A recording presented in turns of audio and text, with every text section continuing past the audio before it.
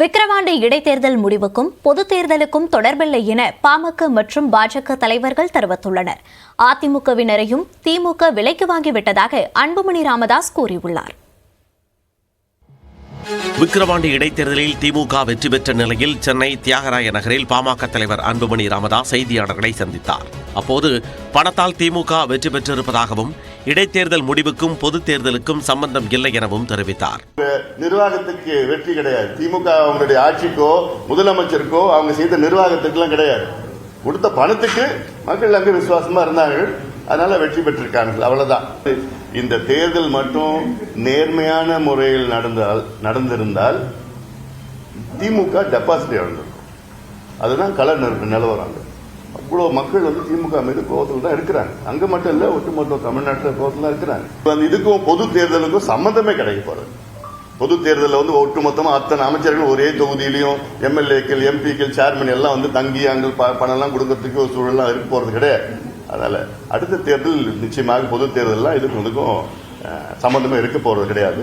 அதிமுகவினர் கூட பணத்தை பெற்றுக்கொண்டு திமுகவுக்கு வாக்களித்து விட்டதாகவும் அன்புமணி கூறினார். ஜெயலலிதா அம்மையார் இருந்த நேரத்தில் அதிமுக ஒரு ஓட்டு கூட திமுக போட மாட்டாங்க.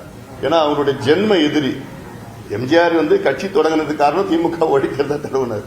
ஆனாலும் இப்போ அவங்க அதிமுக காசு கொடுத்து ஓட்டு போட்டிருக்காங்க, திமுக ஓட்டு போட்டிருக்காங்க. அப்ப நினைச்சுப்பாங்க அந்த நல்ல இட்ஸ் ஃப்ரீ பை எலெக்ஷன். இதனிடையே விக்கிரவாண்டி இடைத்தேர்தலில் திமுக வெற்றி பரிசு பொருட்களுக்காக கிடைத்தது என பாமக நிறுவனர் ராமதாஸ் விமர்சித்துள்ளார். 33 அமைச்சர்கள், 125க்கும் மேற்பட்ட திமுக மற்றும் அதன் கூட்டணி கட்சிகளின் எம்எல்ஏக்கள் தொகுதியில் முகாமிட்டு வாக்காளர் ஒருவருக்கு 10,000 ரூபாய் அளவுக்கான பரிசு பொருட்களை வாரி வழங்கி இந்த வெற்றியை பெற்றுள்ளதாக ராமதாஸ் சாடியுள்ளார்.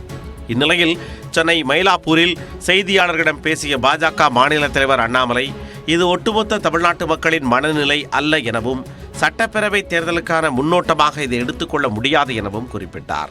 ஆனால் இடைத்தேர்தலுடைய முடிவுதான் தமிழக மக்களுடைய மனநிலைமை என்று நினைத்தால் அது தவறு. ஏன்னா இதற்கு முன்பும் அப்படி இருந்ததில்லை, இப்பொழுதும் அப்படி இருக்க போவது கிடையாது.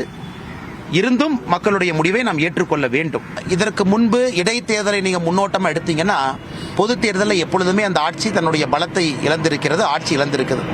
ஒருவேளை அமைச்சர்கள் இந்த இடைத்தேர்தல் ஒரு முன்னோட்டமா எடுத்துட்டாங்கன்னா இதற்கு முன்பு தமிழகத்தில் எப்படி நடந்ததோ அதே போல இந்த ஆட்சியும் 2026 தன்னுடைய பலத்தை இழக்கும். இடைத்தேர்தலில் மீண்டும் பரநாயகம் வென்றுவிட்டதாக நாம் தமிழர் கட்சி வேட்பாளர் அபிநயா தெரிவித்தார். நேரடியாக உங்களுக்கு தெரியுது, ஜனநாயகம் இல்ல பணநாயகம் தான் வென்று இருக்குன்னு தெரியுது. இது யாராவது மறுத்து பேச முடியுமா? ஒரே ஒரு ஆள் சொல்லுங்க பார்ப்போம். இல்ல நாங்க நேர்மையா